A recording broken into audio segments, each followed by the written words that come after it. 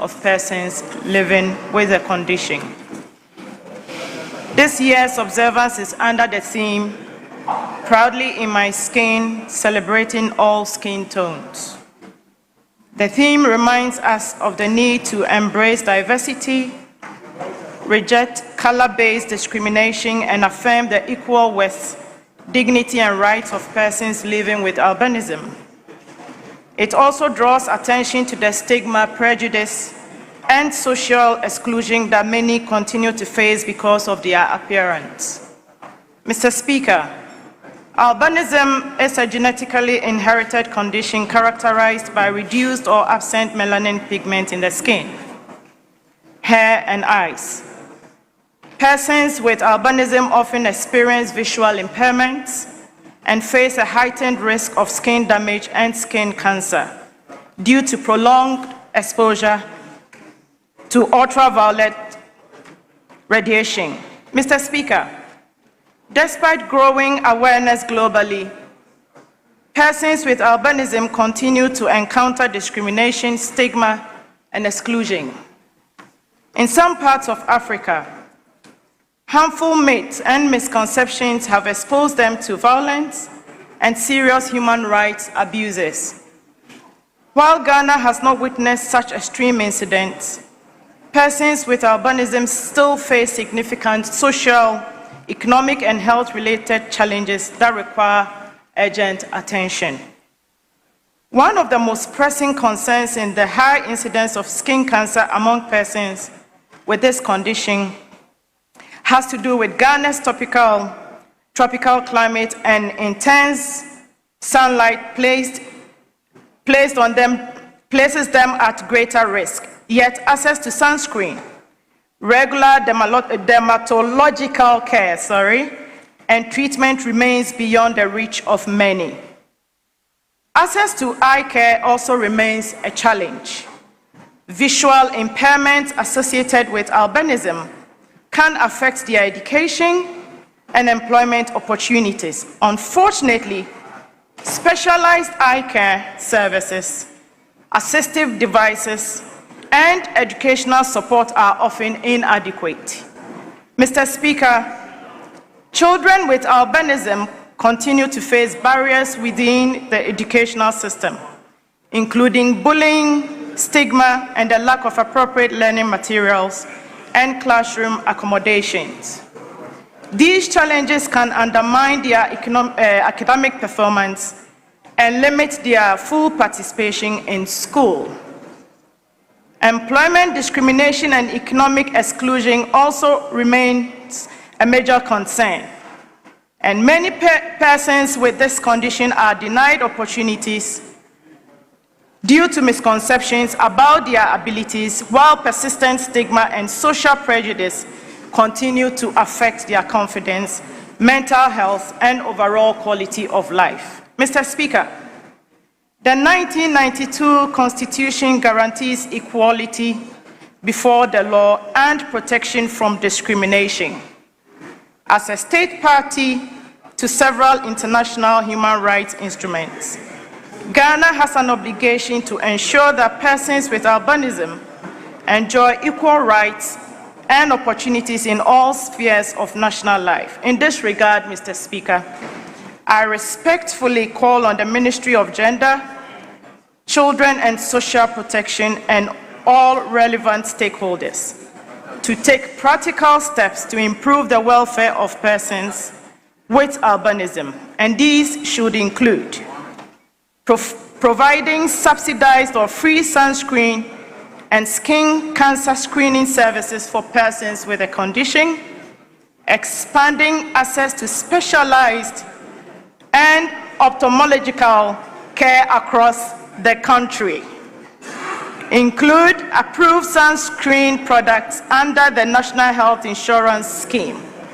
strengthen inclusive education through the provision of assistive devices, learning materials, and teacher support, promoting employment opportunities and economic empowerment programs for persons with albinism, intensifying public education campaigns, to eliminate myths, stereotypes, and discrimination, expanding access to mental health and psychosocial support services, and improving data collection to support evidence-based policy making and resource allocation. Mr. Speaker, as we commemorate International Albinism Awareness Day 2026, let us reaffirm our commitment to building a society where every citizen is treated with dignity and respect regardless of appearance or genetic condition. In the spirit of this year's theme, Proudly in My Skin, Celebrating All Skin Tones, let us work together to eliminate discrimination, promote inclusion, and ensure that persons with albinism can live, learn, work, and contribute fully to national development. I thank you, Mr. Speaker, for the opportunity.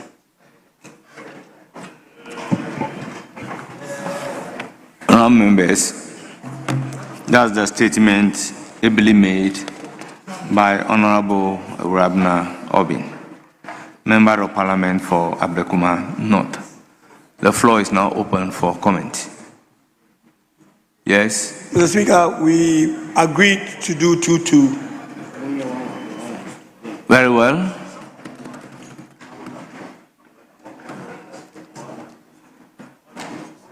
Yes, Honourable Member, you have the floor.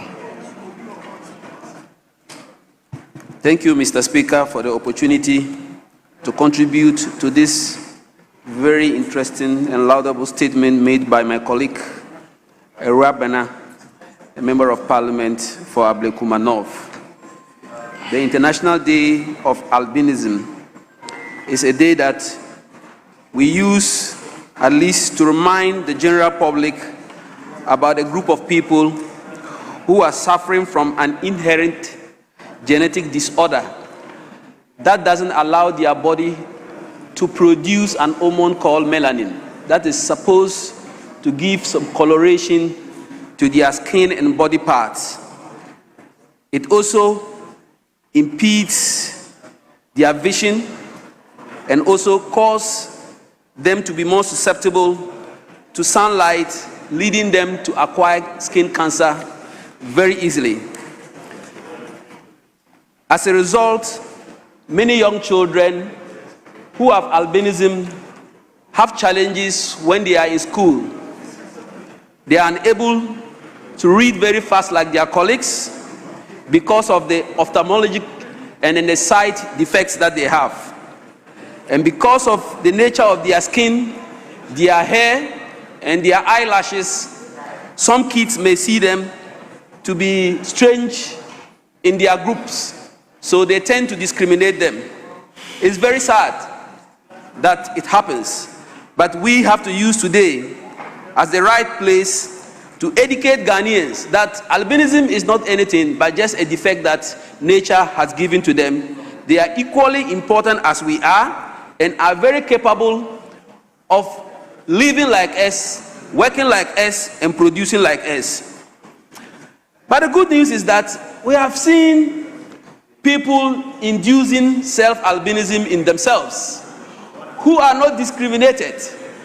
So I think that we have to self-induce albinism by people who buy medications, buy creams, buy drugs to clear their skins, to look whitish, to look fairer. We don't discriminate them. What I am surprised is how we discriminate those that God has naturally prevented them from getting that nice color that we all have.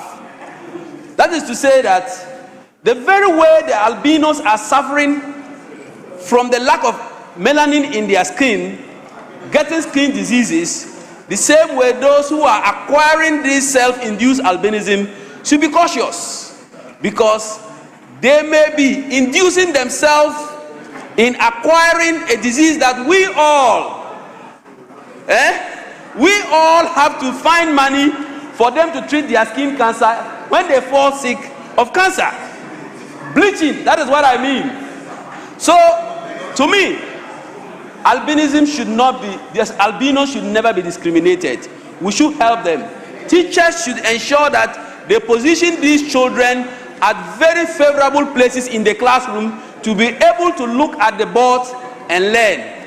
Teachers should allow children with albinism to read slowly and do not laugh at them when they are slow in reading because their vision is not good. Teachers should allow students with albinism to sit at places that there is good shade. And if it is possible, and we can have night classes for them, that is when they see better, we should organize night classes for them.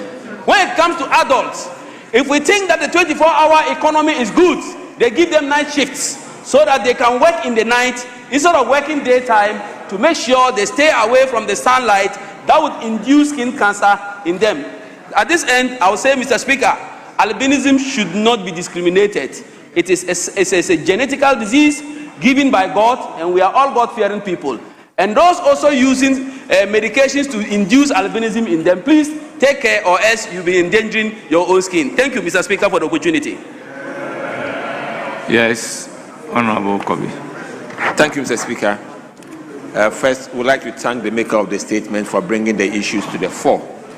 Mr. Speaker, proudly in my skin, celebrating all skin tones is key in developing our nation. Mr. Speaker, I believe that we've all understood the mechanisms and the genetics of albinos for not having the working gene that produces the enzymes for the melanin. Mr. Speaker, one of the key issues that I want to bring to the fore is that diversity is key to national development. In fact, if you take this country, some of the brilliant minds that we've gotten in this country were albinos. They never hid their talents. They never hid their talents because they were albinos. Mr. Speaker, if we take the creators today, Mr. Speaker, if we take one of the greatest minds in this country, like I said earlier, Kofi Anokye, everybody knows that without him, Ashanti wouldn't have been created in the first place. Yet, even in Africa, we forget that such great minds existed, created the opportunity and the diversity that has made Ashanti greater and stronger throughout the years up to today. So, Mr. Speaker, in celebrating all skin types, I believe that Ghanaians should never discriminate against individuals. In fact, our own constitution is against anybody discrimination based on medical identity, whatever. So it is very important that we all support this statement and encourage all our albinos in our country to understand that we support them, whichever endeavor they are in, make sure that we bring them closer to us, and make sure that when they are being cheated or when they are being bullied, especially online and in other spheres of life, we'll be able to protect them and make sure that they get the best of this country. Mr. Speaker, like the Honorable said, whilst others are trying as much as possible to use their normal shea butter or inkuto to pomade themselves, others are using creams to create their own artificial albinism. Mr. Speaker, this is very unfortunate. This is very unfortunate. The black Ghanaian, the black African is beautiful, and we should keep it. If you are lucky, God gave you a fine skin tone, keep it. Don't try to reduce it. Don't try to be lighter, because when you lighten your skin, it exposes you more to the UV rays that also create the cancers that we've been complaining about. With these few words, Mr. Speaker, let's continue to embrace diversity as a country. Let's embrace albinos in our country, because their IQ, their strength can help develop this country to be a better place. Thank you very much, Mr. Speaker. Yes, Honorable Chiwete. Thank you very much, Mr. Speaker, for the opportunity. Let me also take this chance to thank the Honorable Member of Parliament for making this important statement. Mr. Speaker, I just want to say a very few things about these people, especially in my constituency. I want the people of Ghana and the whole world to know that people living with albinism, some of them are very intelligent. In my constituency, Mr. Speaker, I have 2 on my executive board. In a community called Gbeneire, of course, many people heard about Gbeneire last year. The branch secretary is one Philip. He is an albino, a very intelligent teacher. He contributes so much to the success of our party in Solatona Kalba constituency. Mr. Speaker, another branch, just this morning, the branch chairman for Blama, he called me. We had a long chat. I didn't even know something like this would come up in the chamber. One of the most effective branch chairmen in the constituency, we call him Joseph Chegbe Dapla. Mr. Speaker, some time passed in some communities. If you give birth to an albino, the child is forced out of the community. They either bury the child alive or the mother with the child were compelled to leave the community. Thankfully, these days, that is not the case. Like I just said, some of them are doing very well. Just last week in this chamber, I cited one of them who came for the 4th African program. His contributions were solid. He's a well-known man, not just in Ghana, but the whole world. And so, Mr. Speaker, it is time for us to give them the opportunity to showcase what they have in them. It's just a matter of skin color difference, but they have the intellect. They have whatever that it takes for them to survive. They have whatever it takes for them to contribute to the development of the communities that they find themselves in. And so all I want to say is that let's give them the opportunity for them to prove their worth. Accommodate them, eat with them, do everything with them. My branch chairman that I just mentioned, his name Joseph, anytime I'm in a constituency and he comes around, I dine with him. And so I remember one time a Church of Pentecost pastor was posted to Solatona Kalba. He came to my house to introduce himself to me. And so when he came, we were having lunch.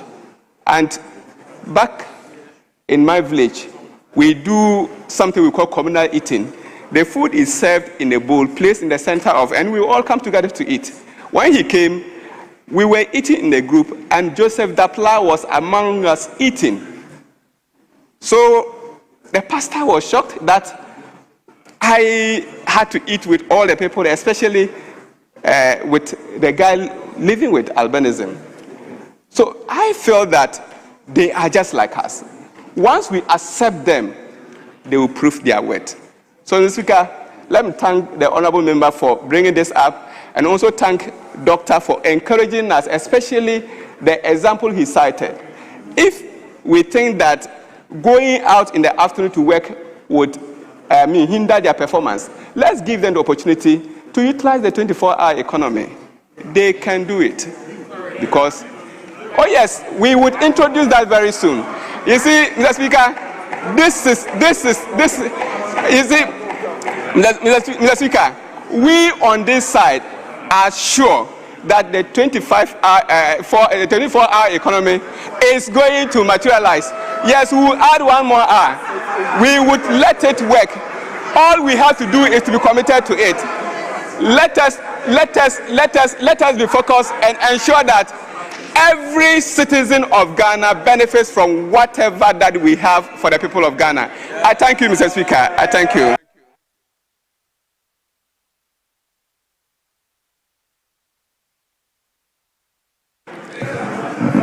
Yes, minority leadership. Yes, majority leadership. Yes. Mr. Speaker, the indication was that we do 2-2, but we've done 2 here on our side. I think 1 on yours. Yes. Or 1 more. A member must get on his feet to be recognized. If you want to contribute, Mr. Speaker, there is still a space for him to contribute if we don't have anyone on that side. Honorable Deputy Majority Leader, anybody who wants to speak has a right, but voluntarily the person must be on his feet to catch the eye of the speaker to be called upon to speak. After the statement, I look on to my left. I didn't see anybody on the feet. I came to my right. After that person, I look again. Then I came to my right. After that, I look again. That's why I'm giving the opportunity to the minority leadership. In the absence, I'm coming to the majority leadership. If you are also not going to contribute, then I'll end the statement, the comment on the statement here.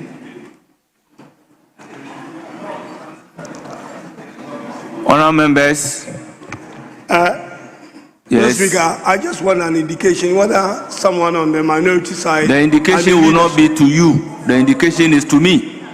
Right. Honourable members, we've come to the end of the statement made by Honourable Orabna Obin, Member of Parliament for Abrekuma North. Yes, Deputy Majority Leader, any indication? Thank you, Mr. Speaker. Before the indication, let me crave your indulgence to announce the presence of some pupils and then students in our midst. We have President Barack Obama Basic School, led by Clement Ose Asibe, a teacher. They are from Abrekuma Central. They number 65. We also have University of Energy and Natural Resources, led by Solomon William Asari, a leader. They are from Sunyani East. They numbered 33. We have Adesu SDA Basic School, led by Mauto Eble, head teacher. They are from Upper West Akim. They numbered 65. Honourable members, on your behalf, I welcome all of them to Parliament of Ghana and urge them to have a joyous and fruitful visit. Yes.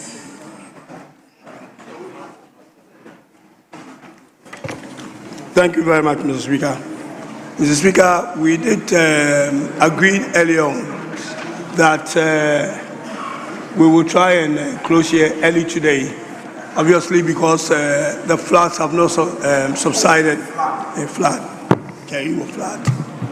subsided, and then members are going to be traveling to their constituencies, so we want to enable them to live here at a decent time to be able to get to their constituencies safely and not affected by the floods. Thank you, Mr. Speaker. So I will have to move a motion to adjourn the House, but I can see my minority leader agitated. So if you give him a look. Yes, minority leader. Speaker, the Deputy Leader of the House is introducing a very contentious subject matter. According to him, he wants this House to adjourn because of flood. Mr. Speaker, we all know the situation in the country, and we know that so far there hasn't been any action by government to address the flooding situation. Yes, Mr. Speaker, if he claims that members of Parliament would have to go to their constituencies, it's not only on Fridays that they go to their constituencies. Why didn't he make this application on Tuesday and on Wednesday? That today he claims that members would have to go to their constituencies. Mr. Speaker, this attitude of the majority, where every now and then they come up with surprises as it pleases them, they want Parliament to adjourn. As it pleases them, they want us to stay here. Mr. Speaker, the work of Parliament is well done where there is consensus.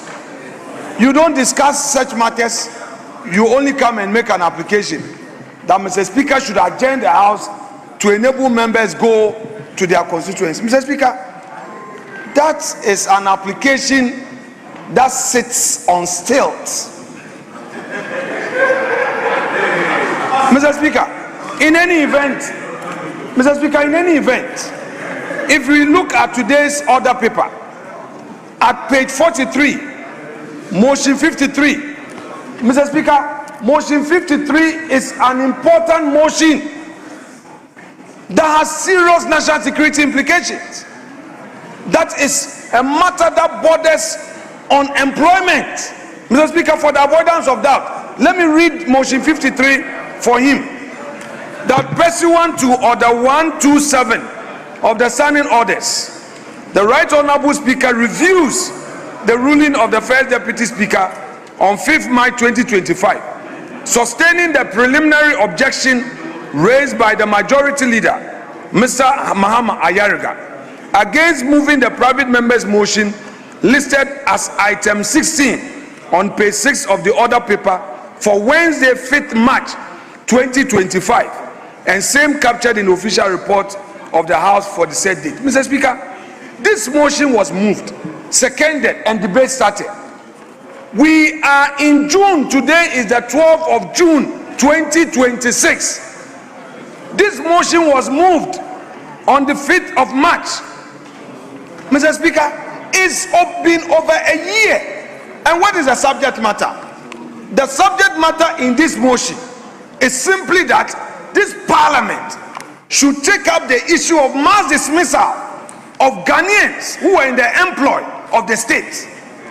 If as a Parliament we don't see this as an important matter, a directive of government dismissing employed Ghanaians, and an application is before this House for us to discuss so that appropriate steps are taken to stop such actions. You, the majority, are not interested in seeing to it that Parliament takes this matter up. We keep advertising this in the order paper. It's been over a year. Those children, those youth, Mr. Speaker, they are breadwinners. They have families, they have children. And if as Parliament it appears that we are not concerned, what impression are we creating? We cannot conclude on this motion for a decision to be made, so that as part of governance we ensure that this transition era mass dismissals is ended. We bring it to an end. Mr. Speaker, I will not second this motion. I will not second this motion with the argument canvassed by the Deputy Majority Leader. If his only argument is that we should go home, not do business because of some issues that, Mr. Speaker, we can still deal with without shutting down Parliament. When we have an important national issue like this, employment, Mr. Speaker, Honorable Kojo Oponkroma yesterday made a statement on the unemployment situation in the country. It's very alarming. It has national security implications. The youth of this country want us as Parliament to address these concerns. Honorable Minority Leader, with all due respect and with all humility, this morning we were at conclave and certain decisions were reached at the conclave that after business statement we will take one statement and adjourn. Your deputy was there. Habib, the deputy whip, was there. Unfortunately, you were not there. But what you are placing on record is throwing completely overboard the agreement that we have reached at conclave. That is where I have difficulty. Speaker, with respect, you know, I would always act in good faith. Speaker, when I got into the chamber, I communicated certain earlier indications, and the understanding I had through my whip was that in spite of the earlier agreement, certain matters were to be ferried to you so that this very important matter at least be considered. It is upon that basis that I was struck by surprise. You see, Mr. Speaker, may Honorable, finish. yes, Speaker, may yes, finish. yes. Mr. Speaker, I let get me the finish. point. I get the point that you are making, but you know that it is trite learning that you are challenging my decision. I cannot reconstitute myself to reverse my own decision. So if you are asking that you want that particular matter to be ferried to me to be taken today, the least said about it, the better. So please. Speaker, Mr. Speaker, Mr. Kukuna Bojidi. Mr. Speaker, Bojidina. Mr. Speaker, not Bojidina. Bojidi. Mr. Speaker,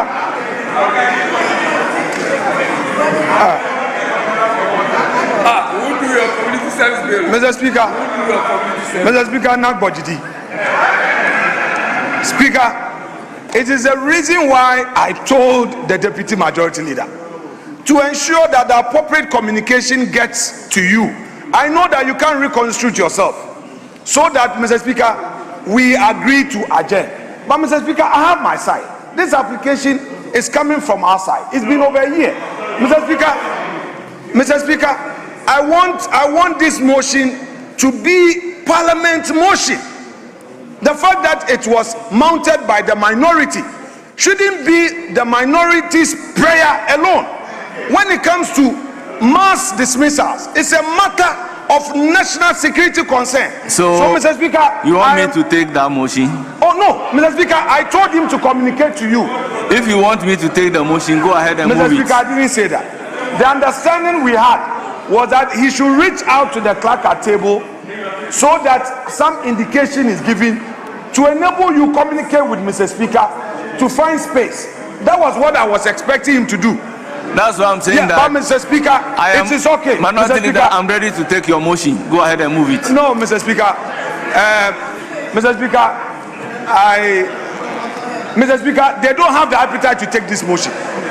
When we start this motion, I'm not sure they are ready to argue. If you are ready to argue, we'll take the motion. Yes. Are you ready? Are you take prepared? The motion and let me deliver my Mr. ruling. Speaker, are they prepared to take this motion? Oh,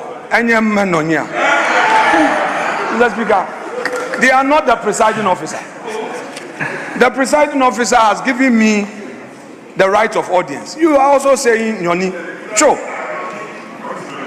means I sit down. Mr. Speaker, I'm an law man. I understand my language. They can't intimidate me. Yeah, Mr. Speaker.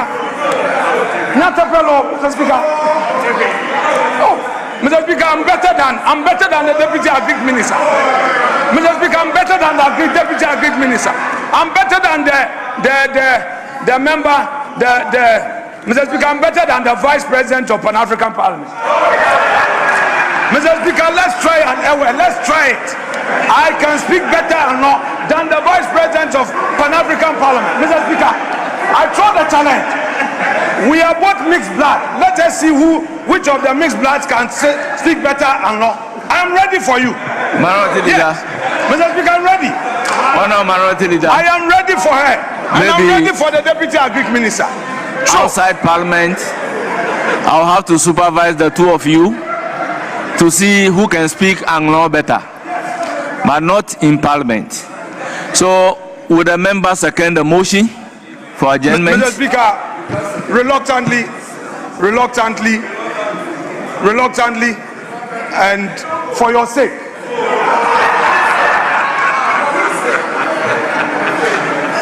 Speaker, for your sake, once you are presiding, it is my duty as your junior brother to ensure that there is a peaceful atmosphere. So, Mr. Speaker, Mr. Speaker, as it pleases the majority, as it pleases them. Honourable members, motion moved and seconded for adjournment. The motion is for the consideration of the House. I will put a question. As many as are in favor of adjournment say aye. Those against say no. Honourable members, the ayes have it. The House is accordingly adjourned till Tuesday, the 16th day of June 2026 at 12 noon.